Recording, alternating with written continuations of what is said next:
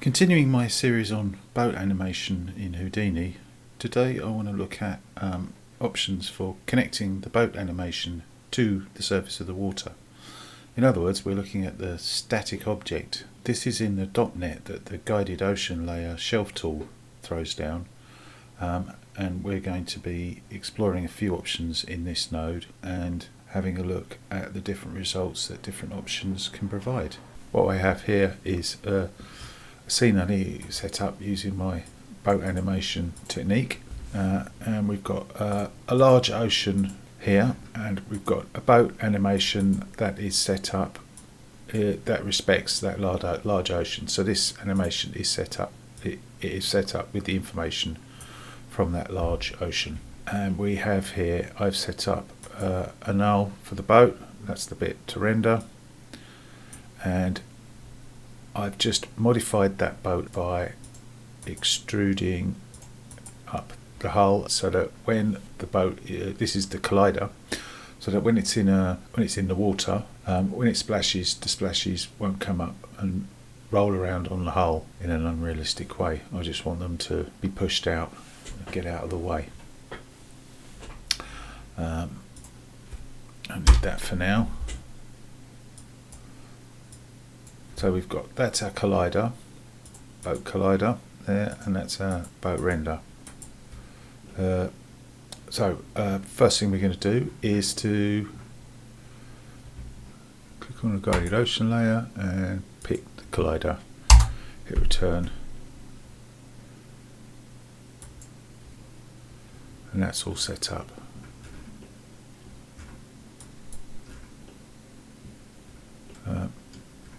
Now it's put a couple of things on our boat animation.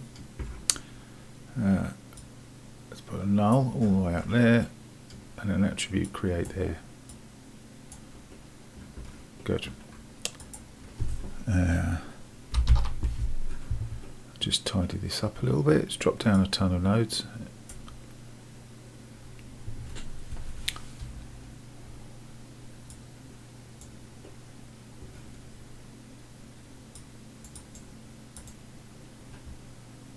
So just quickly, this has got most of the setup information in it. This is the DOP net that does all the hard work. This has got the main caching area in it, and this is the one that you render, and these two are fogs that go inside these two, correspond to these. So I'll colour those grey for fog. Right. So first thing to do is to just hide the ocean surface for a second. I'm going to hide all of these so they don't slow us up.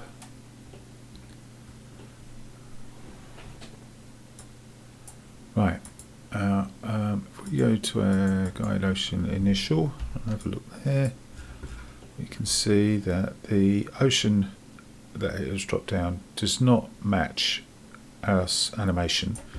That's because it drops down a fresh spectrum, so we need a spectrum from our that corresponds to our animation, which is in the ocean surface object. So I'll just go up to there and grab main spectrum, Control C,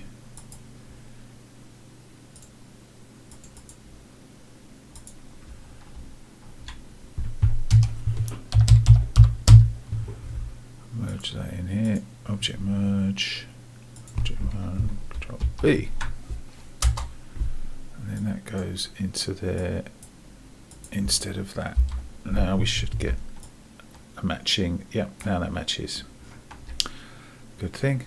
And the other thing we want to do in here is set the wave tank to 15, because we want it as small as possible so that our caching out, this is an evolving process, right? No one, unless you've done a very similar scene before, you won't have the right settings, so you're going to have to like change something, cache it out, a ton of times, more than likely, especially if you're learning.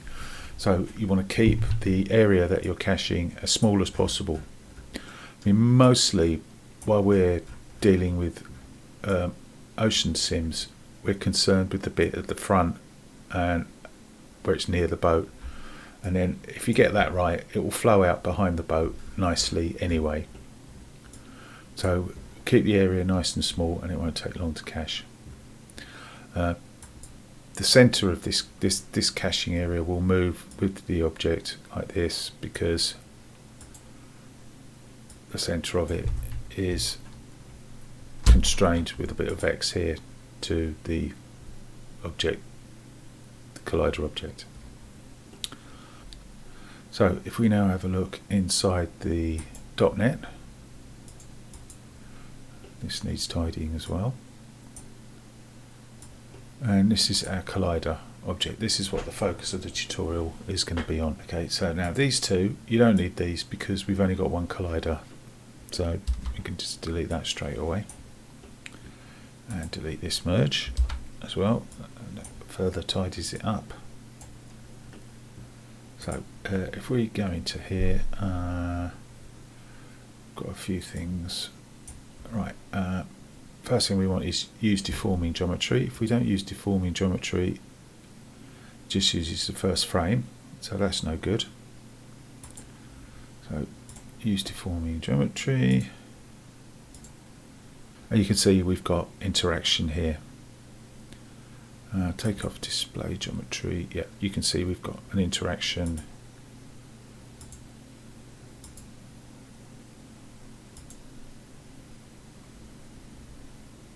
Occurring. I'm going to put the background. I'm going to turn off the light and put the background on dark.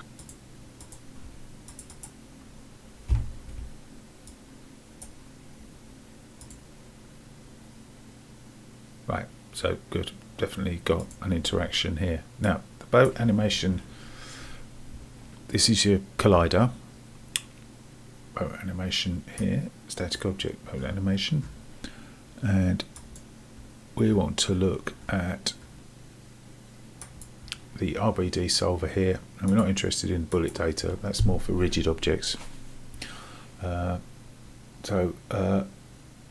it stands, if we put display geometry on there, as it stands, it's come in. We are actually displaying the collider by doing that. So it's a good way of debugging what you've got, right? So we can see by displaying that we have polygonal collider. It's made of polygons, right? So if we look at the use solver default there, that obviously is polygons. So we'll just set that to surface, which is what I mean by polygons. We can see that we've got the SOP path there. So that's set up automatically. The OBJ path is set up automatically, but I want to override that SOP path.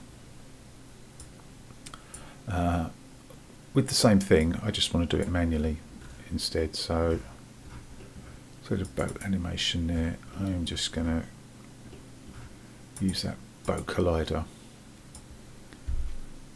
in there, and it means I can delete those two, which is a bit tidier. And now my sim's disappeared because it's gone over there. Reason for that is because the guided ocean tank uses those two objects I just deleted as well, which is over here. Ooh, that's messy. Let's put those back. This is wrong now because in the center is not a merge follow object. We've just deleted that. We want it to merge center on the boat collider or the boat render. So I just Control C, and then we drop that in inside the quotes there.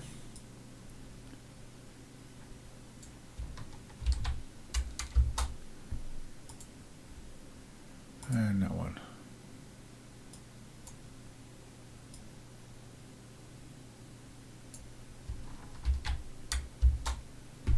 Okay, and the height should be 0. So let's just check that still works.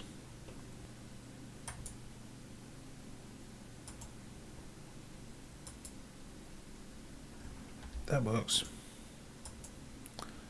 Okay, so now we can cache out our first. We can cache that out now and have a look what the surface looks like. So just need to set up a couple of things. I want the resolution to be 0.05, and I want to change in the fluid here the caching is,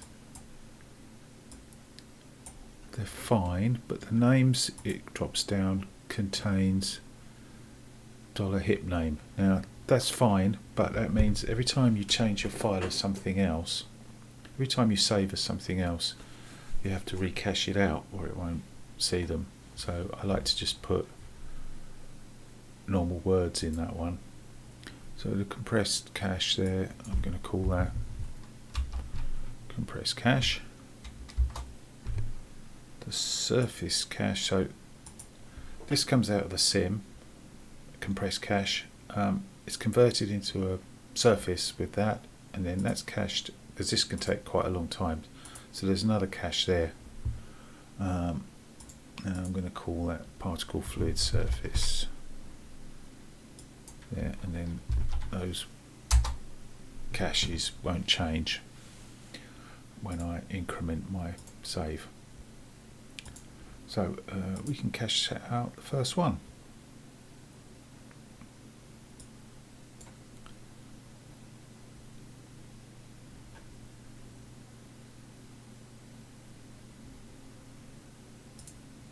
There we go.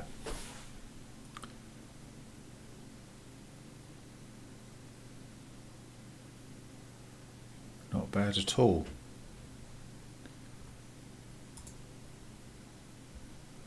Right, next thing we can try is just putting a velocity attribute on the boat collider.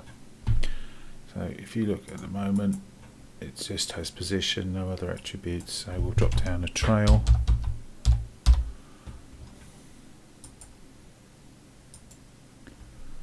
Set it to compute velocity.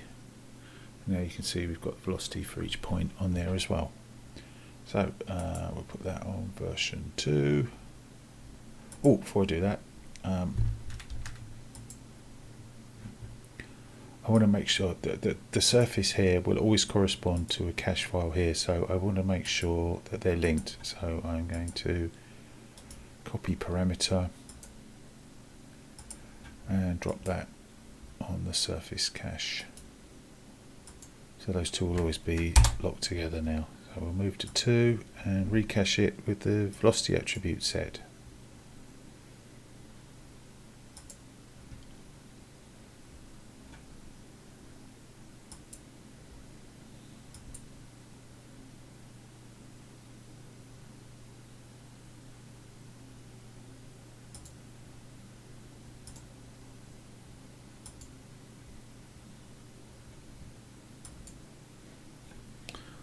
So that's pretty good too. We'll do a close comparison at the end.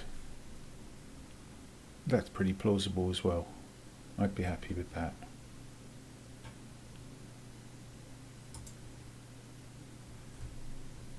The next thing to do is to try using a VDB as our collider object instead of polygons.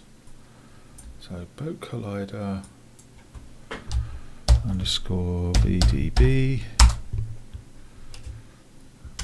Let me go VDB from polygons, goes on there, and we'll set that so we get, I'm just going to use the same, I'm going to use half the resolution of our sim.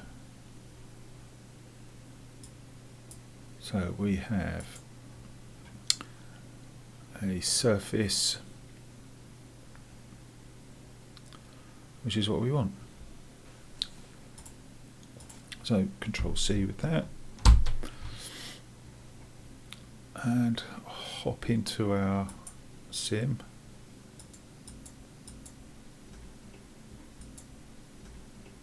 We'll rename that boat animation, right, boat collider surface, and I'm going to copy that, and that's boat collider VDB, and connect that one in. And this is going to use volume collisions. Just drop that into there, boat collider VDB. That's our volume one, yeah. And then what we have to do is set this to volume sample and drop this again into the proxy volume. Now if I hide the other objects and toggle that, we know we've got the right thing in there. So I'm going to check that we have collisions occurring. Yep, that works. So I can go back to the fluid and cache that out. So that's number 3.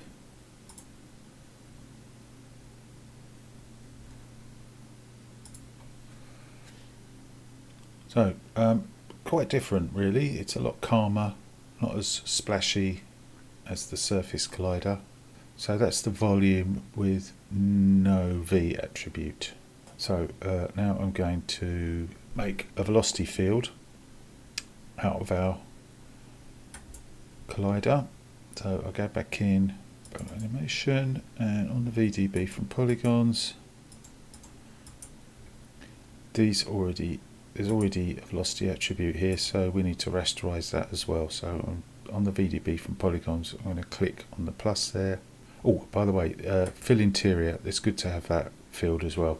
And we want to rasterize point V, and that's going into the vel field because it's vel when we're dealing with volumes and dynamics, and that is a displacement velocity. Okay, so now to get that to work, that's not going to make any difference. It's going to make a tiny difference, but not a substantial difference in here. To make that work properly, we need an add vect by volumes. Goes in there, and we drag that into the SOP field. It's already got vel set up, so that's good. So now we'll cache that out.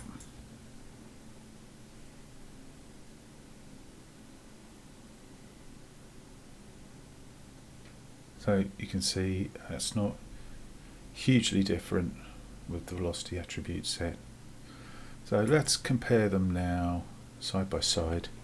So nice and splashy, plenty of detail, possibly a bit too splashy, but there's some nasty bunching up around the rear of the vessel.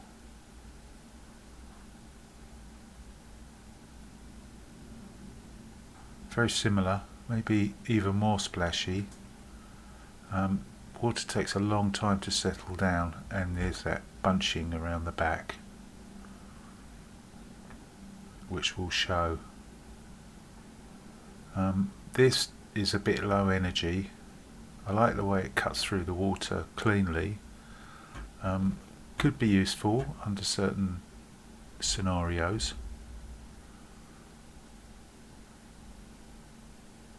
Practically the same.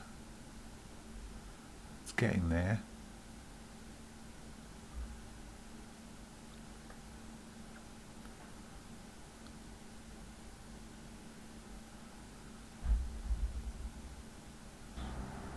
This is my favourite, but it should be. It's got more tricks in it.